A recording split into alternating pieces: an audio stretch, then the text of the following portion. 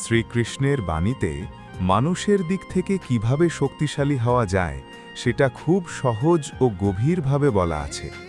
শ্রীকৃষ্ণ বলেন, যে নিজেকে জয় করতে পারে সেই আসল শক্তিশালী।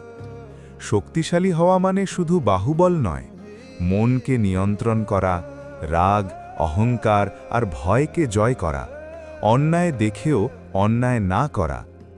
মানুষ কটু কথা বললে তুমি ধৈর্য ধরো, এটাই শক্তি।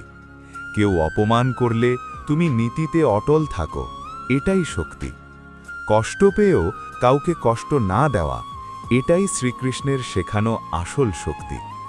শ্রীকৃষ্ণের বাণী মনে রাখো, নিজের কর্তব্য করো, ফল আমার হাতে ছেড়ে দাও। যে মানুষ নিজের চরিত্রে দৃঢ়, সে কাউকে আঘাত না করেও পৃথিবীতে অজেয় হয়। এই পথেই মানুষ সত্যিকারের শক্তিশালী হয়।